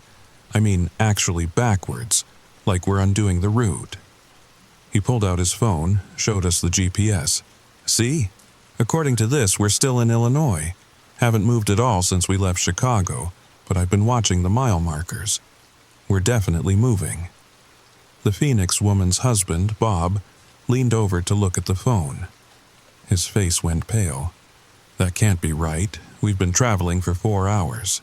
Check your phones, Brian said. We all did. Same thing. GPS showed us stationary at Union Station even though the landscape outside was clearly rural farmland. Cell tower issue, Bob said, but he didn't sound convinced. Maybe, Brian said. Or maybe we're not going where we think we're going. The Phoenix woman, her name was Janet, forced a laugh. Don't be ridiculous. We're on the California Zephyr. It goes to California. It's right there in the name.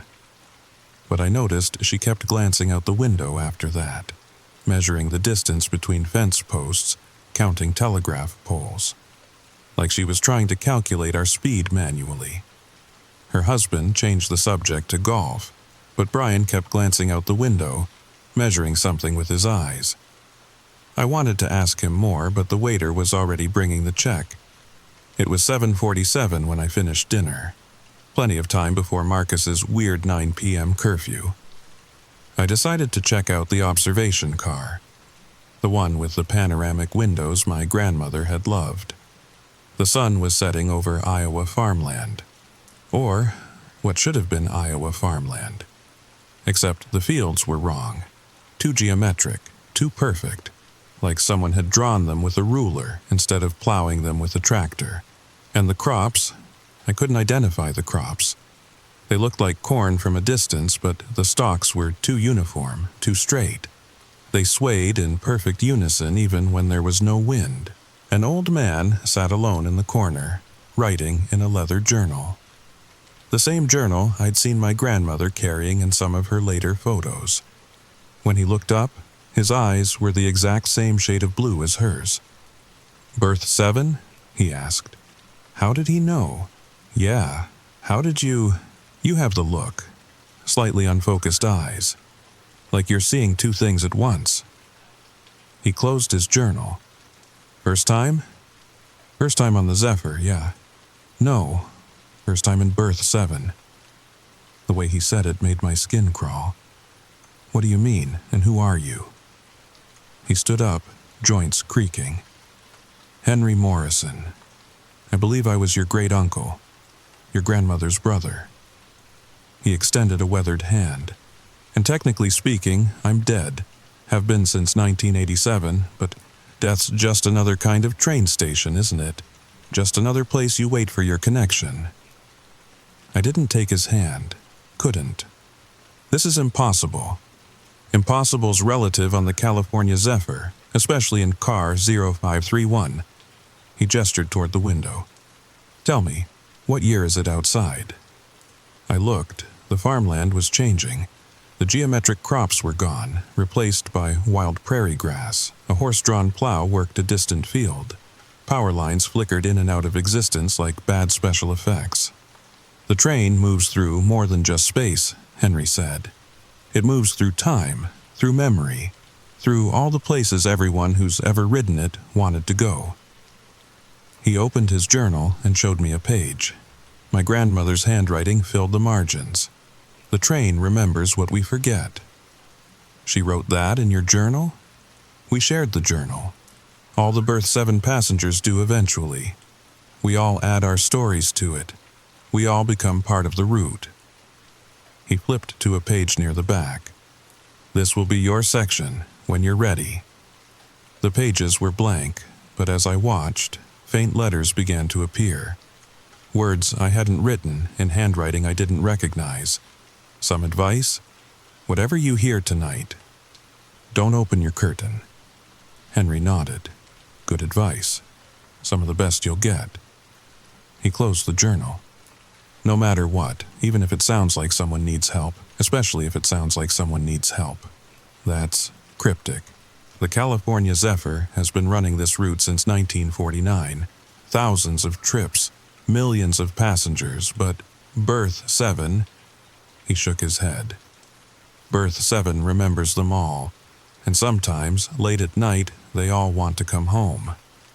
He left before I could ask what that meant, but as he walked away, I could see through him. Just slightly, like he was a double exposure, 2 images overlapping imperfectly. I made it back to my berth at 8:58 p.m. Marcus was standing outside, checking his watch. But it wasn't the same Marcus who had checked my ticket. This one was younger, wearing a uniform from the 1970s. The nameplate on his chest read Marcus Thompson, 1973 to 1987. "Cutting it close," he said. 2 minutes early. 2 minutes can make all the difference. He pulled the burgundy curtain aside for me. "Your bed's been prepared. Extra blankets in the overhead compartment if you need it. Bathroom's right outside if nature calls." But he leaned closer. "Try to hold it until morning." "This is getting weird, Marcus." "Ma'am, weird doesn't begin to cover berth 7. Just trust me. Stay inside. Curtain closed, no matter what." He paused. "And, ma'am, if you hear knocking, count the knocks. If it's 3, don't answer. If it's 4, don't answer. If it's any number at all, don't answer. But if there's no knocking at all and you just hear breathing, that's when you really need to worry." He left me there, staring at the narrow bed that had replaced my seats. The sheets were crisp, hospital crisp, and they smelled faintly of lavender, same as my grandmother's house. But underneath the lavender was something else, something metallic and cold, like the smell of old train tracks in winter. I changed into pajamas and climbed in.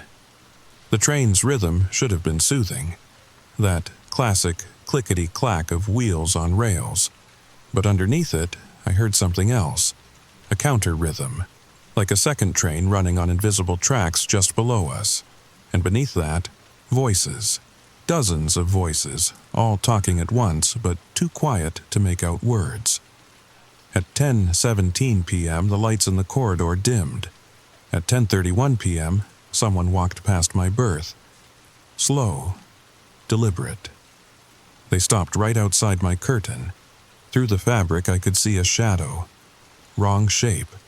Too tall, too thin. Arms that hung down past where knees should be. I held my breath. They knocked 3 times. Soft, I didn't answer. They knocked again, 3 times, harder. My mouth was desert dry, but I stayed silent. Then, a voice. But not from outside the curtain. From inside my berth. Right next to my ear. "Rebecca?" My grandmother's voice. My grandmother who'd been dead for 2 months. "Rebecca, sweetie, open the curtain. I want to show you something." Every rational part of my brain screamed that this was impossible. But it sounded exactly like her. The slight Tennessee accent. The way she drew out the E in sweetie. Even the way she cleared her throat before saying important things.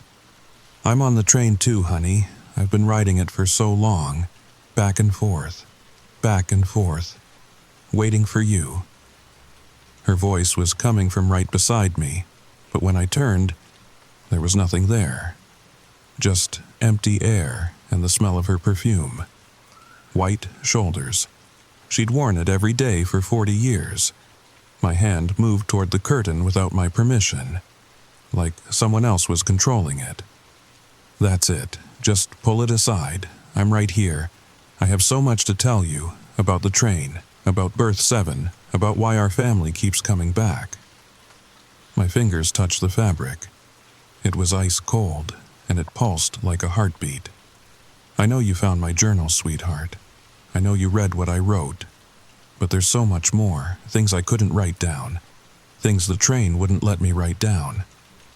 The curtain started to move on its own, sliding to the side inch by inch. "The train isn't taking us anywhere, Rebecca. It's bringing us home. Back to where we belong.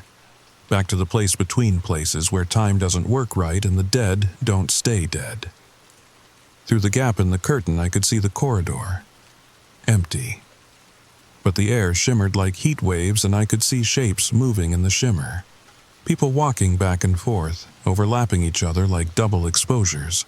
Different time periods, different clothes, all sharing the same space. "Come on, honey, don't make me wait. I've been waiting so long."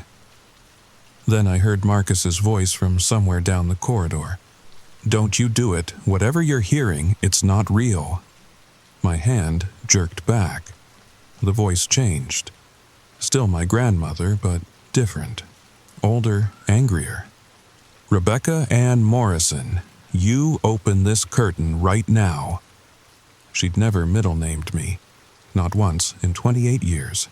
I said, "Open it." The curtain bulged inward, like something was pressing against it. The burgundy fabric stretched, showing the outline of fingers. Then a hand, then a face. But the face had too many features. Eyes where the mouth should be. Mouth where the forehead should be.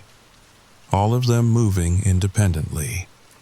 And they weren't my grandmother's features. They were everyone's features. Every person who had ever ridden in Berth 7, all superimposed on one impossible face. I bit my tongue to keep from screaming. The thing pressed harder. The curtain started to tear. Then the train whistle blew. Long and loud and mournful. The pressure stopped. The bulges disappeared. The voice cut off mid-syllable. Silence. But not complete silence. I could still hear the voices underneath the train sounds. Quieter now, but persistent. Hundreds of them, maybe thousands, all whispering the same thing over and over. The train remembers. The train remembers. The train remembers. I lay there for hours, watching that curtain, waiting for it to move again. But it stayed still, perfect and burgundy and still. Though, if I looked at it from the corner of my eye, I could see faces in the fabric. Familiar faces. My grandmother. Great-Uncle Henry. Other relatives I recognized from old family photos. All of them mouthing the same words. "Come home. Come home. Come home." Around 3 a.m., I heard Brian from dinner walking past. At least, it sounded like his voice. "This isn't the right train. This isn't the right train. This isn't the right train." Over and over. Getting fainter as he moved away, then getting louder as he came back, then fainter again. Like he was walking in circles, trapped in a loop. At 4:15 a.m., a child laughed somewhere in the car. But there hadn't been any children in our car. I'd checked when I boarded. Some weird protective instinct. The laughter was high and bright and absolutely joyful, which somehow made it more terrifying than any scream would have been. At 4:33 a.m., someone knocked on my berth frame. Not 3 knocks or 4. Just one. Long and deliberate. I didn't answer. They knocked again. Same pattern. One long knock. This went on for 20 minutes. One knock every minute, on the minute. At exactly 4:53 a.m., it stopped. At 5:31 a.m., I woke up, which was impossible, because I hadn't fallen asleep. But somehow, I woke up at 5:31 a.m., and the train wasn't moving. Morning light filtered through my window, but it was wrong. Too orange, too thick. Like sunset, not sunrise. And when I checked my watch, both hands pointed to 7. But my phone said 5:31 a.m., October 17th. We should have been somewhere in Colorado, deep in the Rockies. But outside my window, desert. Endless, flat desert. The curtain was still closed, still intact. But now it had a pattern I hadn't noticed before. Shapes in the burgundy fabric. Faces. Dozens of tiny faces woven into the material. And as I watched, they moved. Subtly, slowly, but definitely moved. Mouths opening and closing, eyes blinking. All of them trying to speak but making no sound. I needed to use the bathroom. Desperately. But Marcus had said to wait until morning. And technically, 5:31 a.m. was morning. I pulled the curtain aside. The corridor was empty. But wrong, empty. Like everyone had vanished mid-action. A coffee cup sat on the floor, still steaming. Someone's shoe in the middle of the walkway. A cell phone charging cable plugged into nothing. The emergency lighting was on, casting everything in a sickly red glow. But the wrongest thing was the corridor itself. It stretched much farther than it should have. I could see berths extending into the distance, dozens of them, maybe hundreds, all with burgundy curtains, all slightly open, showing glimpses of empty seats and unmade beds. The bathroom was 3 feet away. 3 feet. I made it in 2 steps. Inside, the fluorescent light flickered. The mirror was cracked in a spiderweb pattern, but I could still see my reflection, pale, exhausted. But me. Then the reflection blinked. I didn't. It blinked. The reflection smiled when I wasn't smiling, moved when I was standing still. It mouthed something I couldn't hear, but I could read its lips. Welcome home. I ran back to my berth, yanked the curtain shut, and started packing. We were supposed to arrive in Denver at 7:35 a.m. 2 hours. I could make it 2 hours. But when I checked my phone again, it still said 5:31 a.m. The time hadn't changed. I checked my watch. Both hands still pointed to 7. I counted to 60, Mississippi style. Checked again. 5:31 a.m. Time had stopped. At what felt like 6 o'clock a.m. but showed as 5:31 a.m., Marcus knocked. "Ma'am, you awake?" "Yeah. We'll be arriving soon. You'll want to prepare yourself." "For Denver?" Long pause. "Sure, Denver." "Marcus, what time is it?" Another pause. "Time doesn't work the same way in berth 7, miss. It's always 5:31 a.m. here, has been since 1987. That's when the train changed." "Changed how?" "That's when we started remembering, all of us. Every trip, every passenger, every destination, all at once, all the time." His voice was getting fainter. Most people, when they die, they forget about being alive. But people who ride berth 7, we remember everything, every moment, every trip, every time we tried to leave. The train started moving again. Or maybe it had never stopped. Maybe I was just now noticing the motion. At what felt like 7 o'clock a.m., the train started slowing. At what felt like 7:30 a.m., we stopped. At what felt like 7:35 a.m., Marcus pulled my curtain aside. His face was grim, but it wasn't the young Marcus from the night before. This was the original Marcus, older, tired. "This is your stop." I grabbed my backpack and followed him to the door. Other passengers were disembarking too, but they all looked dazed, confused, like they'd just woken from the same nightmare. Brian was there, but his hair was completely gray now. The woman from berth 6 stumbled past, her romance novel clutched to her chest, but the pages were all blank. The platform was concrete and steel. Normal. The air was crisp. Normal. But the station sign. Nowhere, Nevada. Population, variable. Below that, in smaller text, sister city to everywhere else when. "This isn't Denver," I said. Marcus nodded. "Berth 7 never goes to Denver, or Chicago, or anywhere on the schedule." He handed me a business card. Blank, except for a phone number. "Call this when you're ready to leave. Someone will come get you." "Leave? Leave where? This place doesn't exist." "Exactly." He stepped back onto the train. "You've got about 6 hours before the next pickup. There's a diner in town, if you can call it a town. Coffee's good. Don't order the pie." "Why not the pie?" "Because the pie costs memories, and you'll need all the memories you have left." The train pulled away, silver and blue disappearing into the desert haze. But as it vanished, I could see other trains on parallel tracks. Dozens of them, all California Zephyrs, all from different time periods, all carrying passengers to nowhere. I stood on that platform with 5 other passengers. Brian was one of them.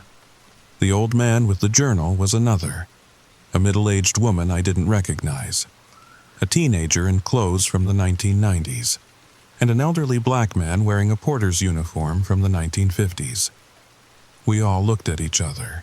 Then, at the single dirt road leading away from the station. "Guess we walk," Brian said. The town was half a mile down the road. 3 buildings, a diner, a gas station with no pumps, a motel with a no lit up where vacancy should be. But as we walked, I noticed other buildings flickering in and out of existence. A general store, a church, a school. All there one moment, gone the next, like the town couldn't decide what it wanted to be. The diner was exactly what you'd expect. Red vinyl booths, checkerboard floor, waitress who looked like she'd been there since 1953. Her name tag said Dolores. "Berth 7?" she asked when we walked in. We all nodded. Coffee's free for berth 7 folks.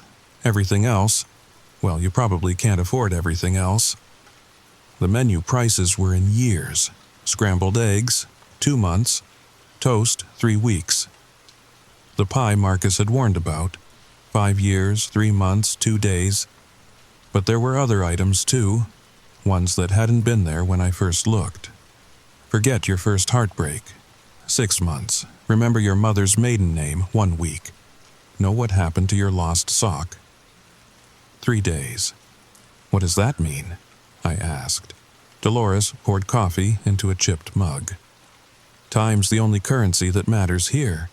You want eggs, you give up 2 months of your life. Simple transaction. She leaned closer. But between you and me, honey, time ain't the worst thing you can lose in nowhere. What is? The ability to leave. I drank the free coffee. It was perfect. Exactly how I liked it without asking. As I sipped, memories flooded back. My grandmother making coffee in her kitchen. The smell of bacon on Sunday mornings. The sound of her humming while she cooked. "She used to come here too," Dolores said, reading my expression. "Your grandmother, sweet lady, always ordered the pie. But you said not to order the pie. I said it would cost you. I never said it wasn't worth it." Brian ordered toast. After he ate it, his hair had gray streaks that weren't there before. But he was smiling. "I can remember my wedding day again," he said. I'd forgotten. God, I'd completely forgotten what my wife looked like in her dress. The old man with the journal just sat and wrote. When I glanced over, his pages were covered with the same sentence. "The train remembers everything." "What are you writing?" I asked. "Everyone's story," he said without looking up. "Every person who's ever taken berth 7. Every trip that never ended where it was supposed to." He flipped to a fresh page. "Including yours." At what felt like 1:35 p.m. but could have been any time at all. A bus pulled up outside. No markings, no company name. The driver wore sunglasses despite the cloudy sky. "Denver?" he asked. We all nodded and climbed aboard. The ride took 3 hours, or 3 minutes, or 3 days. Time didn't work right on that bus. The landscape outside kept changing. Desert to mountains, to farmland, to city streets, all without transition, like someone was shuffling through a deck of postcards. But eventually, we pulled into Denver Union Station. Real Denver, real Union Station. Sarah was waiting for me, baby in her arms. "How was the train?" I wanted to tell her everything, but when I opened my mouth, all that came out was, "Fine." It was fine. The ticket in my pocket had gone blank. No destination. No berth number. No proof I'd ever been on the California Zephyr at all, but in my backpack, tucked between my clothes, was something that hadn't been there before. Great Uncle Henry's journal. Opened to a page with my handwriting, though I didn't remember writing anything. The train remembers everything. And now, so do I. Ending hook. That was 3 months ago. I've tried to forget about berth 7, about nowhere, Nevada, about my grandmother's voice in the dark. But last week, I got an email. No sender, no subject line.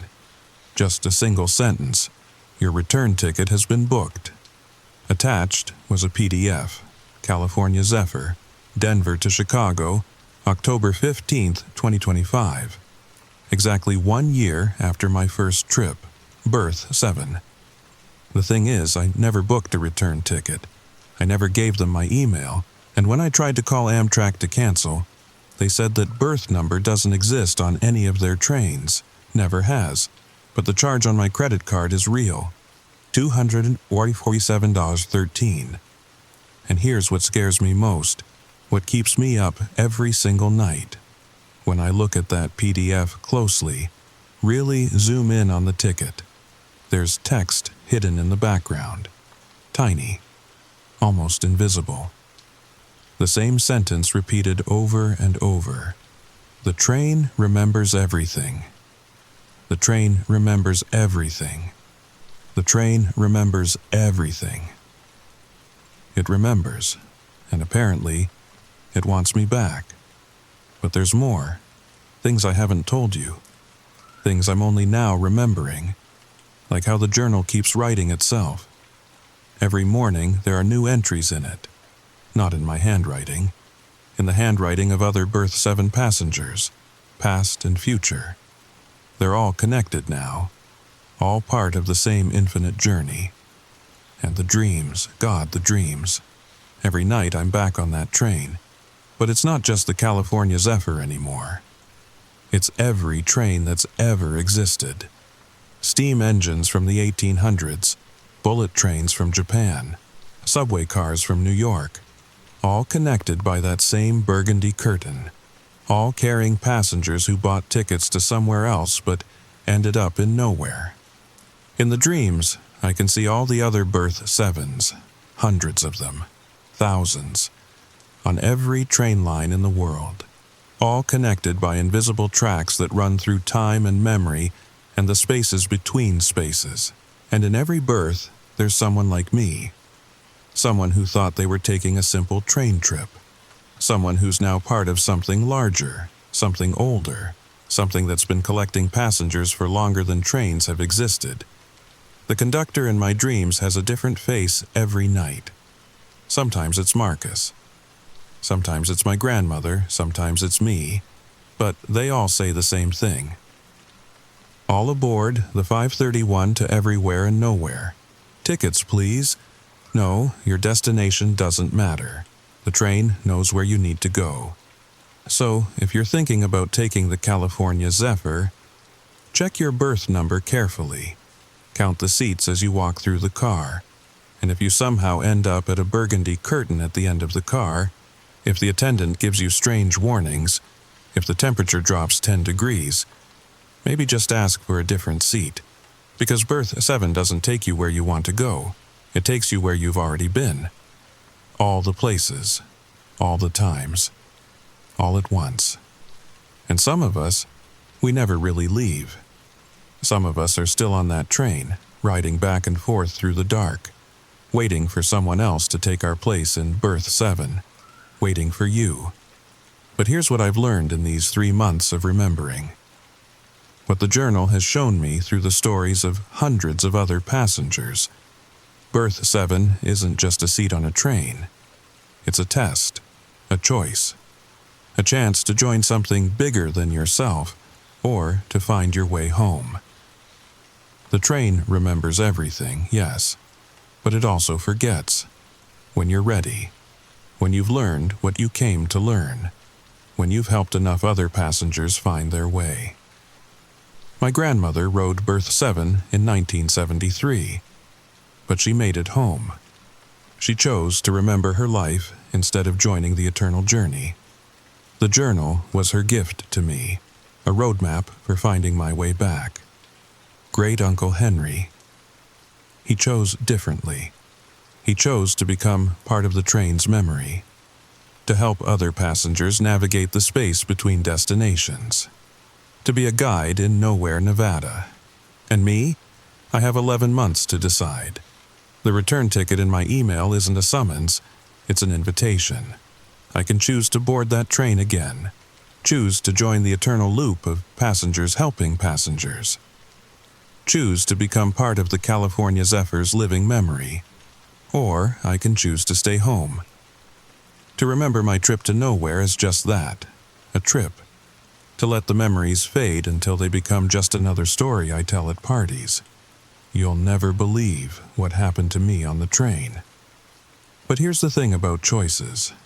Once you've seen behind the curtain, once you've walked the platform at Nowhere, Nevada, once you've heard the voices of all the other passengers who came before, can you really go back to pretending the ordinary world is enough?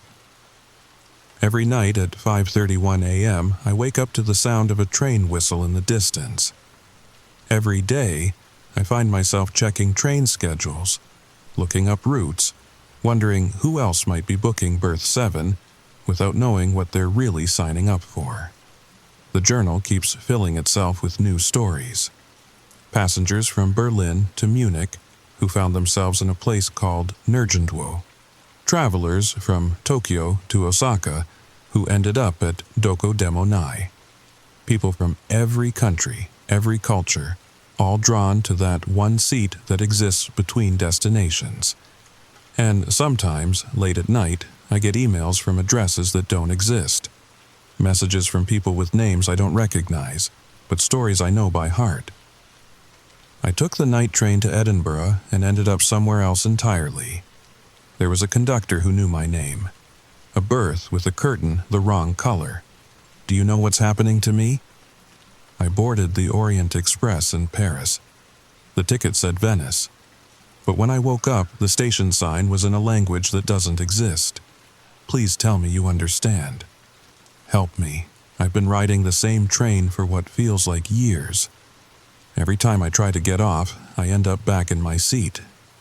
The other passengers, I think they're dead. I think I might be too. I answer them all. I tell them about Nowhere, Nevada, about the diner with Dolores, about the choice they'll have to make. Some write back to thank me. Others never respond. But the journal always knows which ones made it home and which ones chose to stay. October 15th is coming. 9 months away now.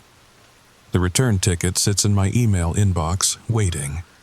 The journal sits on my nightstand, writing itself, preparing me for whatever choice I make. Sarah thinks I've been different since the trip. Quieter. More thoughtful. She says I look at trains differently now. Not with excitement, but with something like reverence. Like I'm seeing something she can't. She's right. I am seeing something different. I'm seeing the spaces between destinations. The places where time doesn't work right and the dead don't stay dead. The network of impossible journeys that connects every train in the world to every other train that's ever existed. And I'm seeing the passengers. All of them, past, present, and future, all connected by their choice to step aboard berth 7, all part of a story that's bigger than any individual journey. Some nights, I dream that I'm already back on the train, that I never really left, that Nowhere, Nevada was just another stop on an infinite route, and I'm still traveling, still helping other passengers navigate the space between where they started and where they thought they were going. In those dreams, the burgundy curtain doesn't hide anything anymore. It reveals everything. Every trip that was never taken, every destination that was never reached, every passenger who got on one train and got off another. And in those dreams, I'm not afraid. I'm home. Sweet dreams. Tell me, have you ever noticed how train whistles sound different at night? How they seem to call your name? Maybe, just maybe, you should listen closer next time. You might hear something familiar, something that sounds exactly like someone you used to know. Someone who's waiting for you in berth 7. And if you do hear that whistle, if you find yourself drawn to train stations at odd hours, if you ever see a ticket for sale to somewhere you've never heard of, remember this story. Remember that some journeys don't end where they begin. Remember that the train remembers everything, even the trips you haven't taken yet. Remember that berth 7 is always available, always waiting, always ready to take you home to a place you've never been, but somehow always known. The 531 to Everywhere and Nowhere departs when you're ready. All aboard. Author's note. If you enjoyed this story, please don't look up train schedules late at night. And if you do find yourself booking passage on a long-distance train, perhaps check your berth number twice. Some destinations aren't on any map. Some journeys don't end where they're supposed to. And some passengers never really come home. Sweet dreams and happy travels. The Management.